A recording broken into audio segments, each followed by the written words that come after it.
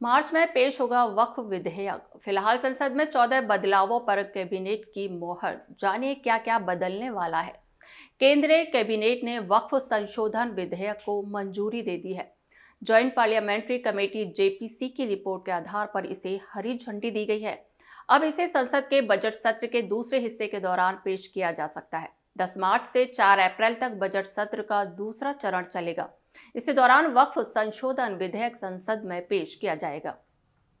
केंद्रीय कैबिनेट ने वक्फ संशोधन विधेयक को मंजूरी दे दी है। जॉइंट पार्लियामेंट्री कमेटी जेपीसी की रिपोर्ट के आधार पर इसे हरी झंडी दी गई है। अब इसे संसद के बजट सत्र के दूसरे हिस्से के दौरान पेश किया जा सकता है। 10 मार्च से 4 अप्रैल तक बजट सत्र का दूसरा चरण चलेगा। इसी दौरान वक्फ संशोधन विधेयक संसद में पेश किया जाएगा। वक्फ का मतलब होता है अल्लाह के नाम, यानी ऐसी जमीनें जो किसी व्यक्ति या संस्था के नाम नहीं है। वक्फ बोर्ड का एक सर्वेयर होता है, वही तय करता है कि कौन सी संपत्ति वक्फ की है, कौन सी नहीं। इस निर्धारण के 3 आधार होते हैं। अगर किसी ने अपनी संपत्ति वक्फ के नाम कर दी, अगर कोई मुसलमान या मुस्लिम संस्था जमीन को लंबे समय से इस्तेमाल कर रहा है, या फिर सर्वे में जमीन का वक्फ की संपत्ति होना साबित हुआ।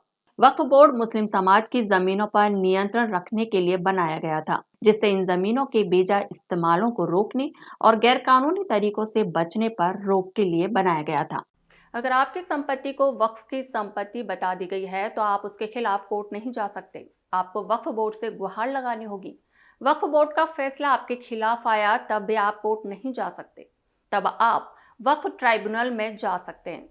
इस ट्राइब्यूनल में प्रशासनिक अधिकारी होते हैं। वक्फ एक्ट का सेक्शन 85 कहता है कि ट्राइब्यूनल के फैसले को हाई कोर्ट या सुप्रीम कोर्ट में भी चुनौती नहीं दी जा सकती है।